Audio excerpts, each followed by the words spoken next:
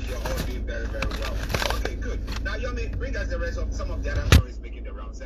Well, let's go straight into some of the other headline. Like you said, the presidency is denying that they've asked Olayomi Cardoso to resign.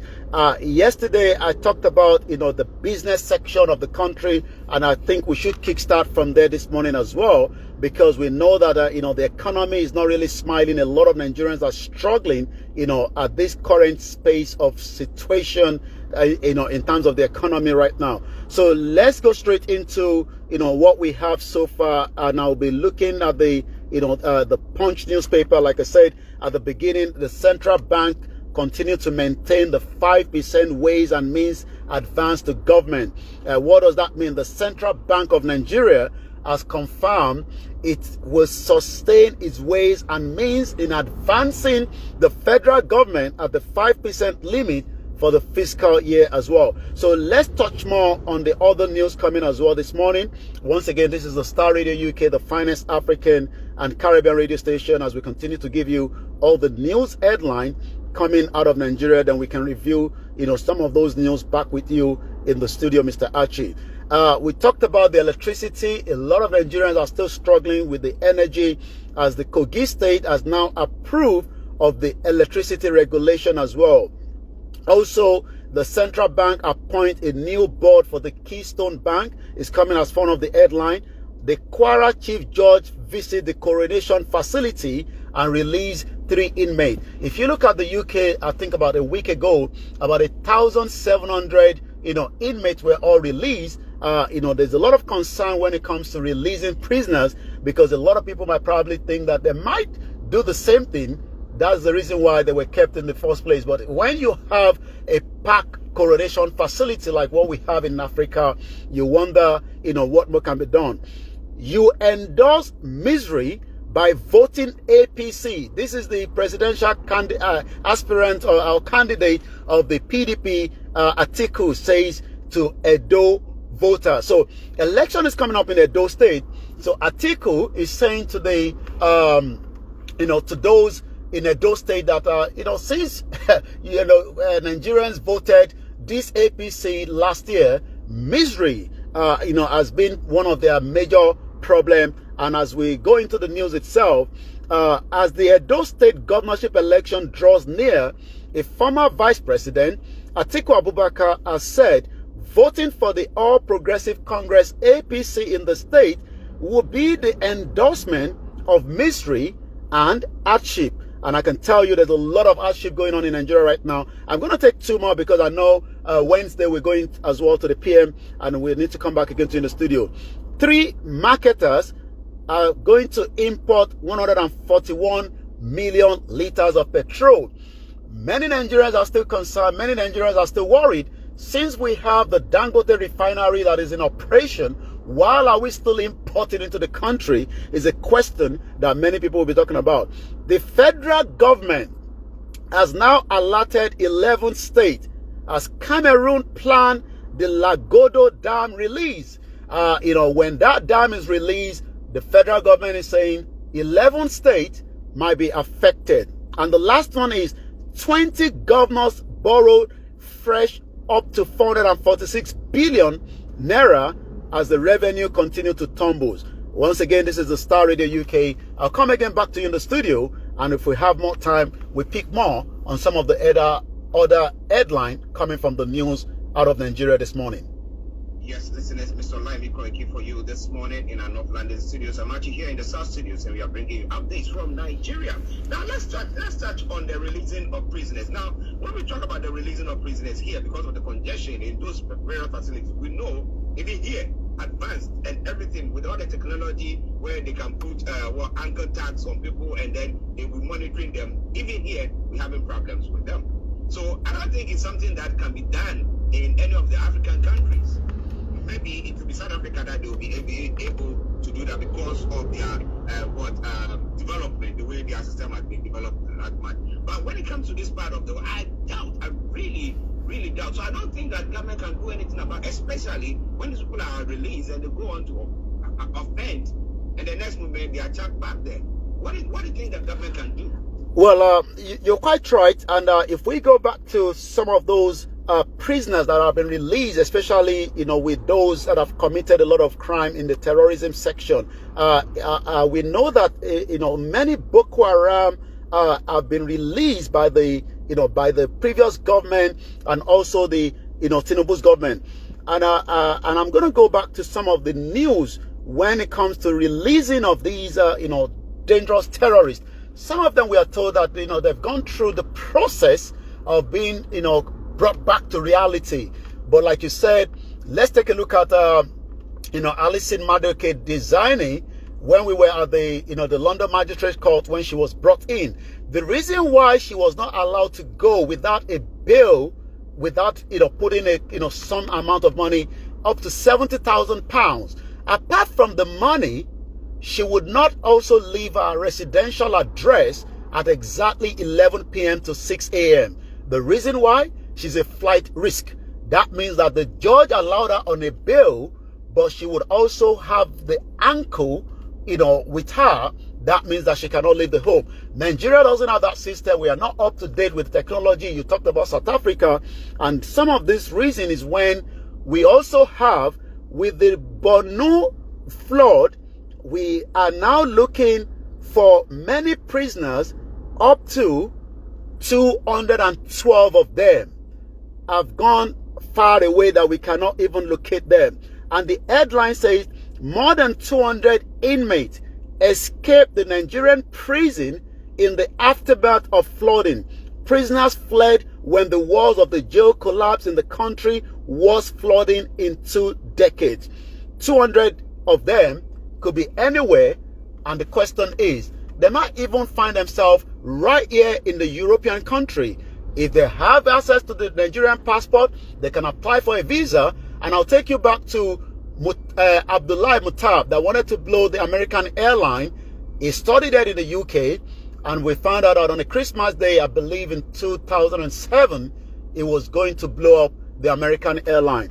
So the question is, how do we find these 200 inmates? It's not the first time. Let's talk about the Abolongo prison where Iskilu, one of the dangerous elements of the Fulani terrorists, also escaped in the prison in Ibadan, in Oyo State. Till date, the governor, Seyi Makinde, cannot tell us exactly where he is.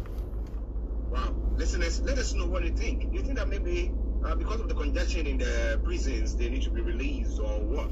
But again, we're looking at the economic reforms. We have Tinubu coming in, taking the fuel subsidy thing from there, and now everything seems to be that difficult for everybody across the country.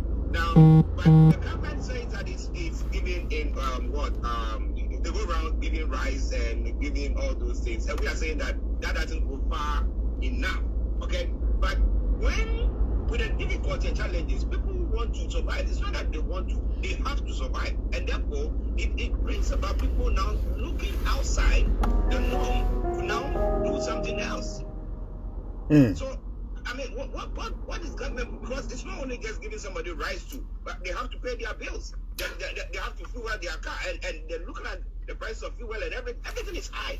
What does government expect people to do? Well, the government expects Nigerians to buckle up because for a very long time, the government believes that, the country has been running on a false foundation when it comes to, the economic itself. While you're talking about that, let's go into, there's a 95-page that Professor Adebanjo Akintoye released that we are studying, and the week 17, which was the week that we are in, is talking about if we have a Yoruba nation, cutting on corruption will be the biggest, fight, to make sure that corruption, has to be completely eradicated. And the reason for that is, if you go back to Nigeria from 1960 to 2000, we've lost $25 trillion out of the country. These are money that should have been used for industry. I've driven, on the M25 this morning. It's a very busy road network, as you can tell, with logistics going in and out of the country. If you do not have the roads, the truck cannot come in from Europe. They cannot move from point A to B. I drive around through the rural area. We see the farmers that are doing very well. The question then is, how did we find ourselves where we are today? We can't put all the blame on the current administration, but he is also part of those reasons why many countries around the world are now questioning, whether Nigeria can be viable in terms of economic. And that's why IMF is saying, look, you got to devalue the currency. This morning, £100 will give you about 216,000 naira equivalent back home. And I was asking the question, can I invest in someone this morning with 216,000 naira? It's a big money when you look at the average salary at 30,000 naira. But I can tell you, in the next 6 months, they'll be coming back again because they will need more support. So let's talk about again Dele Momodu. This was in July this year. Nigeria in trouble as economic has collapsed. This is coming from Dele Momodu, the chief executive of Ovation. A chieftain of the People's Democratic Party, Dele Momodu, has said Nigeria is in trouble because its economy has collapsed under President Bola Ahmed Tinubu. Dele Momodu said Tinubu was engaging in reckless waste by purchasing a private jet, building momentum, distributing palliative, rather than fixing the collapsed economy. The question is, what more can Tinubu do? It looks like the economy is more collapsing as the CBN is now also resigning on Tinubu. So it seems that there's what they call double wahala for Daddy Body, as the late fella Nicola Koikuti said. Wow, listen, the Starr Radio UK. But they declared a budget surplus. I think, was it last Friday or was it Monday? One of the days they did declare a budget surplus. So if the economy is not doing well, or his measures that he's taking is not going to help the country at all, they shouldn't have a budget surplus there, Yomi. Well, what is budget surplus? You're quite right. It's not the first time. Let's look at what the router says. Last year, Nigeria plans to trim. Let's get that quickly. Nigeria plans to trim the budget deficit to 3.9% of the GDP next year, which is the year we are in right now. Nigeria Naira banknote as seen in this picture illustration from the September 10, 2018. But as at last year, November, router says Nigeria plans to narrow its budget deficit to roughly 3.9% gross domestic product, GDP, next year, which is 2024, from about 6.1% this year. President Tinubu said on Wednesday he is projected in lower borrowing costs and higher revenue. Where is he going to get the revenue from in a country that doesn't have any sort of production? Everything that Nigerians are consuming is coming from outside the country, from China. Even the wife of the president wants to unite Nigeria, and she has now launched a fabric that we should be putting on in October 1st. Whether that is going to unite everyone, especially in a current situation where many are crying, maybe the fabric will unite us. Tinubu has embarked on Nigerian boldest reform in decade, removing the fuel subsidy. But the question is the fuel subsidy truly and truly removed? That is something that many will talk about. Let's come back to this year. According to the Biz Day, Nigerian fiscal deficit drops by 29% to 2.82 trillion, naira. The question again is, except for 1995 and 1996, when the government was surplus, Nigeria has run a fiscal deficit since 1981. So that means that maybe the president is doing something good. Well, you'll have to ask the layman on the side road this morning whether the government is doing very well. But I can tell you that many Nigerians are complaining, as they are struggling, to get this 3 square meal. There's no job for most of the youth, and many are trying to find their way to Japa out of the country. And now Japan has also become difficult. Well, it's very difficult because the British government asked for £13,500 if you're going to be living in London. That is just for your accommodation. If you're going to be living outside London, you're going to need about £14,000. You're talking about almost 28 million in a country where many are struggling to even get 100,000 naira this morning. Well, listen, it's not really. Now, let's talk about the refineries. Now, we know that apart from the Dangote one, there was a Ajaokuta one. Has that come live up? Well, I'm not sure we will ever see, Ajaokuta coming up. Ajaokuta is not a refinery. Let's talk about the Port Harcourt. Last year, December, President Bola Tinubu assured Nigerians that the Port Harcourt refinery will be up and running, but maybe we should ask him whether it's still up and running. We know that we had the Lai Mohammed that was lying all over the place. The spokesman for the Tinubu has also, been allowed to go. We're talking about, the young man that was with him. He lies more than, Lai Mohammed. But it seems that the only refinery that is in full operation after 64 years of a country is the Dangote refinery. And as at Monday this week, Nigerian Dangote refinery begins petrol delivery. This is what Kaduna refinery should have done. This is what Port Harcourt refinery should have done. But it seems they are as dead as ghost town, but yet money is being paid out on a monthly basis to the salary of workers and the operation of a dead refinery. Well, somebody will say that, then let it just shut down, or let's sell it to some private entities and let's see what happens from there. Now, there was it sometime a few months ago, there was this national anthem, because we were talking about the president while trying to now have the clothing that everybody wear that shows unity at Nigeria. And some of those in the Congress were looking at it that, when we have a national anthem with the lyrics making it more patriotic, it will bring Nigerians together. Do you see anything of the sort happening there? Well, so far, a lot of Nigerians are asking, if that is on a lighter note that, Tinubu is taking us back to, the colonial era by telling us to start singing, the old anthem. But maybe the wife is also thinking of something different. And yesterday, the news started filtering out. Remi Tinubu, the first lady and the wife of the president, unveils a national unity fabric. The First Lady of Nigeria, Senator Olayomi Tinubu, has unveiled One Nigeria #Unity Fabric, which she described as a symbol of national unity. The fabric was designed by 25-year-old Mrs. Mofenyolu Folua Bamidele, a graduate of the University of Ibadan. Bamidele went on with about 25 million prize tag as the winner of the fabric competition that was organized by the Renew Hope initiative shared by the First Lady. In her keynote address, the unveiling of #One Nigeria Unity Fabric and the announcement of the winner means that on October 1st, Nigerians are expected to start putting on this fabric that will make us all to be united and one. Is it free?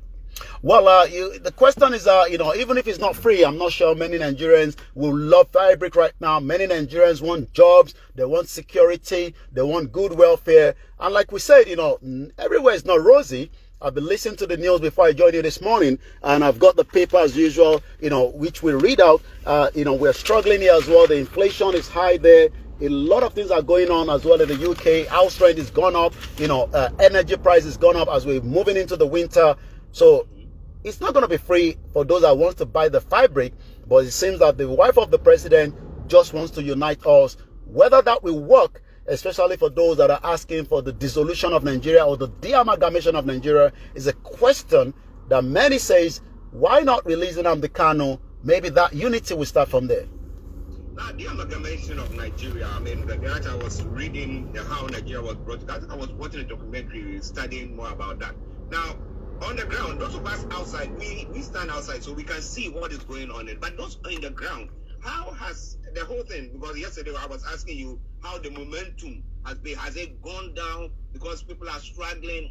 Looking at that, so let's look at the Yoruba nation, the Yoruba area, and let's look at the Igbos, and then the northern part. We heard the northerners saying that Tinubu is doing everything to sabotage the economy and stuff like that. How has it all been? Well, a lot has gone wrong since, almost 110 years of the amalgamation. Let's take you back to a bit of history. On the 1st of January 1914, Lord Frederick Lugard, then the governor of both the Northern Nigerian Protectorate and the colony and the protectorate of the Southern Nigeria, signed a document consolidating the two, thereby creating the colony and the protectorate of Nigeria. This is about 2018 article.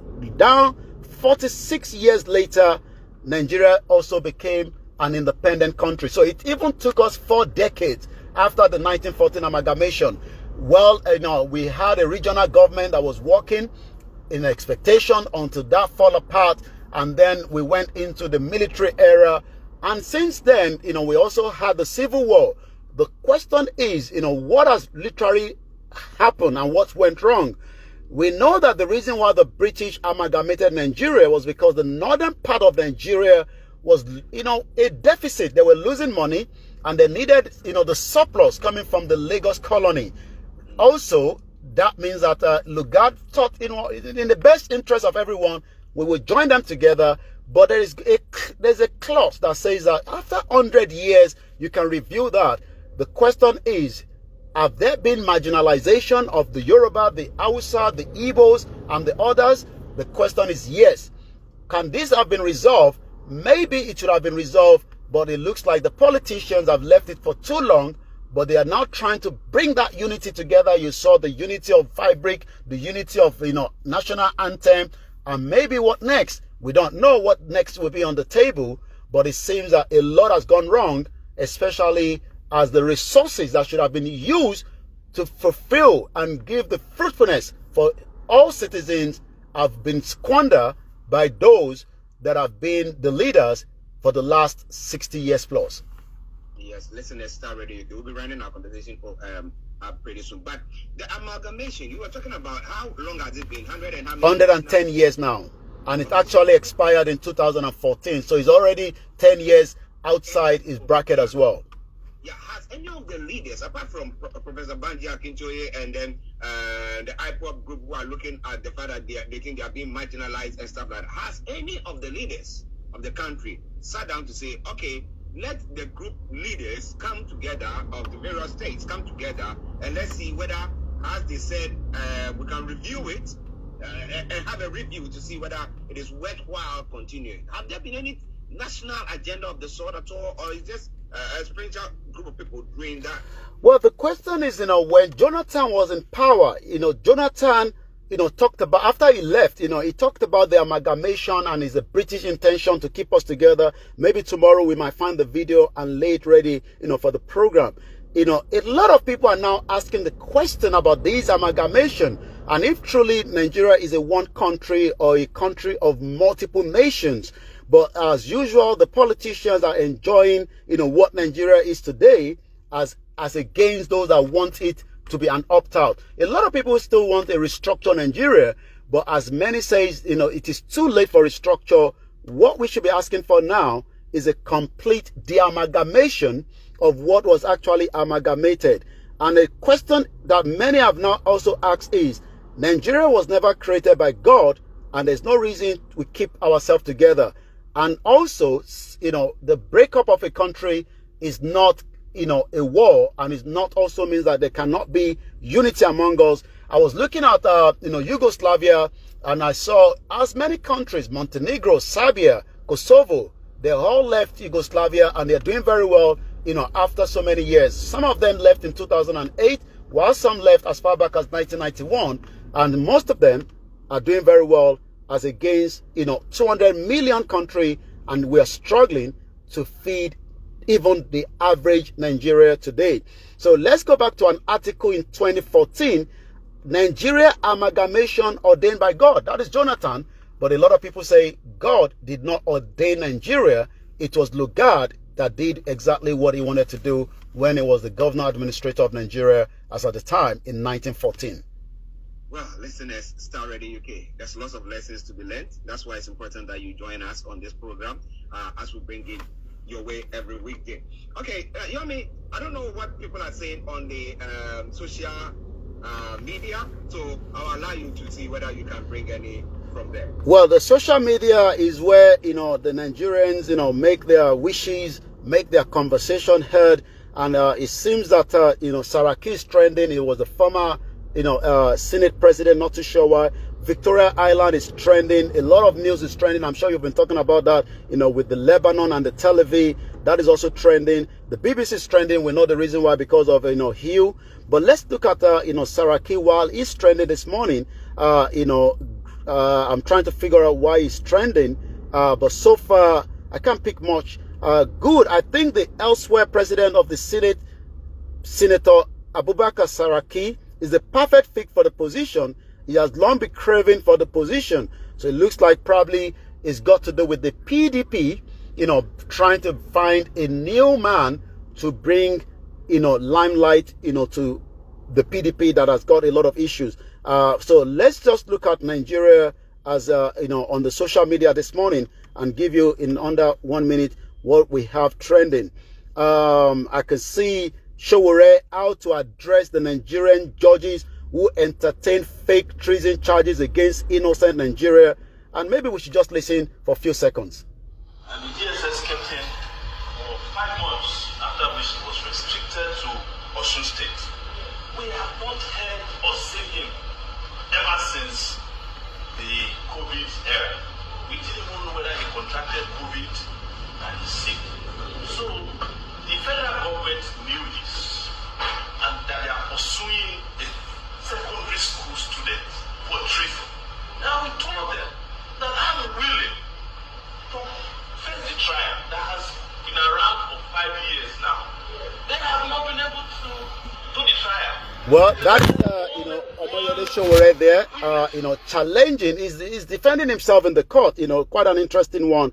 Also, there's a breaking news: federal government announces the takeover $550 million Obati gas project. Let's hope that is going to come up, before the Tinubu's tenure is finished. And the last one is nothing must happen to Mazi Nnamdi Kanu. What exactly has he done? He's still in the DSS custody for almost 4 years now. Yet, the terrorists and criminals are working freely in Nigeria. Nothing should happen to Mazi Nnamdi Kanu, and that is also coming up as well in the social media this morning. And that's all I can say, and I'll come back again to you, Mr. Archie. As I said, it is still the Starr Radio UK, the finest African and Caribbean radio station in London. Yes, Yomi, let me say thank you very much. Lizzie Osha, good morning to you. Thank you very much for joining in as well. Yomi, yes, before you go.